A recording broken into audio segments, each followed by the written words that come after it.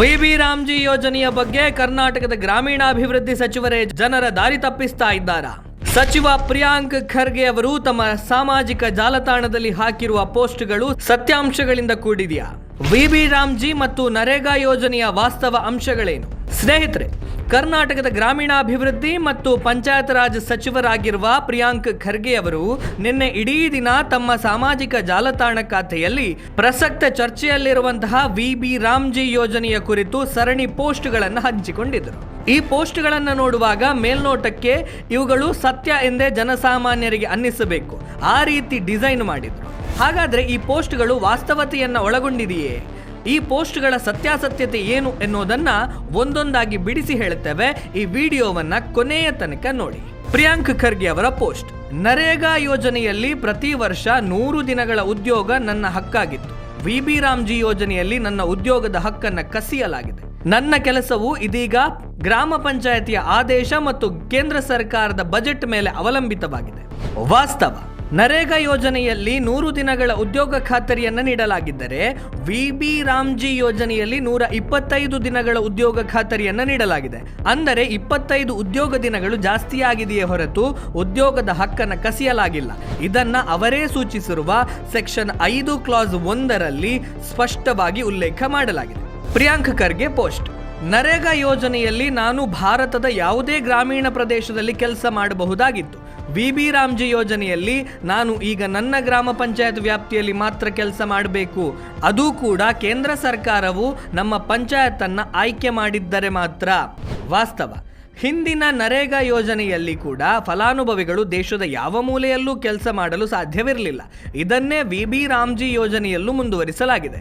VB Ramji ಯೋಜನೆಯಲ್ಲಿ ಫಲಾನುಭವಿಗಳ ಕೆಲಸದ ಯೋಜನೆಯನ್ನ ಗ್ರಾಮ ಪಂಚಾಯತ್ಗಳೇ ನಿರ್ಧರಿಸಿ ಸಂಬಂಧಪಟ್ಟ ಇಲಾಖೆಗೆ ಕಳುಹಿಸುತ್ತದೆಯೇ ಹೊರತು ಕೇಂದ್ರ ಸರ್ಕಾರ ಗ್ರಾಮ ಪಂಚಾಯತ್ಗಳನ್ನು ಆಯ್ಕೆ ಮಾಡುವ ಪ್ರಕ್ರಿಯೆ ಇಡೀ ಕಾಯ್ದೆಯಲ್ಲಿಲ್ಲ. ಪ್ರಿಯಾಂಕ್ ಖರ್ಗೆ ಪೋಸ್ಟ್: ನರೇಗಾದಲ್ಲಿ ವರ್ಷ ಪೂರ್ತಿ ಕೆಲಸ ಸಿಗ್ತಾ ಇತ್ತು. ವಿಬಿ ರಾಮ್ಜಿ ಯೋಜನೆಯಲ್ಲಿ ಕೃಷಿ ಚಟುವಟಿಕೆಯ ಸಂದರ್ಭದಲ್ಲಿ 60 ದಿನಗಳು ಕೆಲಸ ಇರುವುದಿಲ್ಲ. ಹಾಗಾಗಿ ನಾನಾಗ ಕಡಿಮೆ ವೇತನದಲ್ಲಿ ದುಡಿಯಬೇಕಾದ ಅನಿವಾರ್ಯತೆ ಎದುರಾಗಿದೆ. ವಾಸ್ತವ: ನರೇಗಾದಲ್ಲಿ ಕೂಡ ವರ್ಷ ಪೂರ್ತಿ ಕೆಲಸ ಇರ್ತಾ ಇರಲಿಲ್ಲ. ಕೇವಲ 100 ದಿನಗಳ ಕೆಲಸ ಮಾತ್ರ ಸಿಗ್ತಾ ಇತ್ತು. ನರೇಗಾ ಯೋಜನೆ ಇರಬಹುದು ಅಥವಾ ಈಗಿನ ವಿಬಿ ರಾಮ್ಜಿ ಯೋಜನೆ ಇರಬಹುದು. ಈ ಯೋಜನೆಗಳನ್ನು ಜಾರಿಗೆ ತಂದಿದ್ದೇ ಕೃಷಿಕರು ಮತ್ತು ಗ್ರಾಮೀಣ ಪ್ರದೇಶದಲ್ಲಿ ಕೃಷಿ ಚಟುವಟಿಕೆಗಳಲ್ಲಿ ತೊಡಗಿಕೊಂಡಿರುವ ಕಾರ್ಮಿಕರಿಗಾಗಿ. ಹೀಗಾಗಿ ಕೃಷಿ ಚಟುವಟಿಕೆಗಳಲ್ಲಿ ಕಾರ್ಮಿಕರ ಕೊರತೆ ಆಗಬಾರದು ಎನ್ನುವ ದೃಷ್ಟಿಯಿಂದ 60 ದಿನಗಳ ಕಾಲ ಕೆಲಸದಿಂದ ವಿನಾಯಿತಿ ನೀಡಲಾಗಿದೆ. ಮತ್ತು ಆ 60 ದಿನಗಳ ಕಾಲವನ್ನು ನಿರ್ಧರಿಸುವ ಅಧಿಕಾರ ರಾಜ್ಯ ಸರ್ಕಾರದ ಬಳಿಯಲ್ಲೇ ಇರ್ತದೆ. ಪ್ರಿಯಾಂಕ್ ಖರ್ಗೆ ಪೋಸ್ಟ್: ನರೇಗಾ ಯೋಜನೆಯಲ್ಲಿ ನನ್ನ ಕೂಲಿಯು ಬೆಲೆ ಏರಿಕೆಯಿಂದ ರಕ್ಷಣೆ ನೀಡುತ್ತಾ ಇತ್ತು. ವಿಬಿ ರಾಮ್ಜಿ ಯೋಜನೆಯಲ್ಲಿ ನನ್ನ ಕೂಲಿಗೆ ಈಗ ಯಾವುದೇ ಖಾತರಿ ಇಲ್ಲ. ನನ್ನ ಆದಾಯವು ಇದೀಗ ಕೇಂದ್ರ ಸರ್ಕಾರವು ನಮ್ಮ ಪಂಚಾಯತಿಗೆ ನೀಡುವ ಅನುದಾನದ ಮೇಲೆ ನಿರ್ಧಾರವಾಗ್ತದೆ. ವಾಸ್ತವ: ವಿಬಿ ರಾಮ್ಜಿ ಕಾಯ್ದೆಯ ಸೆಕ್ಷನ್ 10ರ ಪ್ರಕಾರ ಕೇಂದ್ರ ಸರ್ಕಾರವು ವೇತನವನ್ನು ನಿಗದಿಪಡಿಸುವುದು ಹೌದು. ಆದರೆ ನಿಗದಿಪಡಿಸುವ ವೇತನವು ಈ ಹಿಂದಿನ ನರೇಗಾ ಯೋಜನೆಯ ಸೆಕ್ಷನ್ 6ರಲ್ಲಿ ನಿಗದಿಪಡಿಸಿದ ವೇತನಕ್ಕಿಂತ ಕಡಿಮೆ ಇರಬಾರದು ಅಂತ ಹೇಳಿ ಸ್ಪಷ್ಟವಾಗಿ ಉಲ್ಲೇಖವನ್ನು ಮಾಡಲಾಗಿದೆ.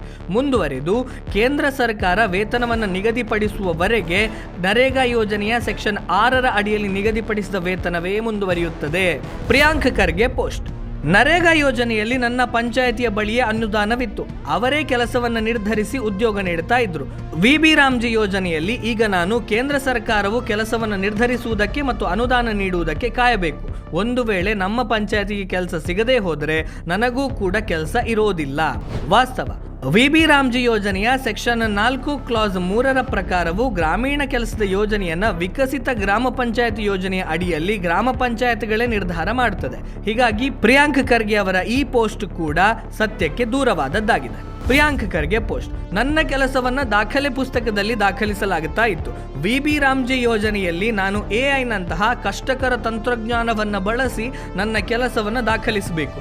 ಇದು ನನಗೆ ಅರ್ಥವಾಗಬಹುದೇ? ವಾಸ್ತವ: AI ತಂತ್ರಜ್ಞಾನವನ್ನು ಬಳಸಿ ಕೆಲಸವನ್ನು ಸುಗಮಗೊಳಿಸುವುದು ಮತ್ತು ಕೆಲಸದ ನಿಖರತೆಯನ್ನು ಹೆಚ್ಚಿಸುವುದು ಈ ಯೋಜನೆಯ ಮುಖ್ಯ ಉದ್ದೇಶಗಳಲ್ಲಿ ಒಂದು. ಇದರಿಂದ ಯೋಜನೆಯನ್ನು ದುರುಪಯೋಗ ಪಡಿಸಿಕೊಳ್ಳುವುದು ತಪ್ಪುತ್ತದೆ. ಅಂದಹಾಗೆ ಪ್ರಿಯಾಂಕ್ ಖರ್ಗೆ ಅವರ ಕೈಯಲ್ಲಿ ITBT ಖಾತೆಯೂ ಕೂಡ ಇದೆ.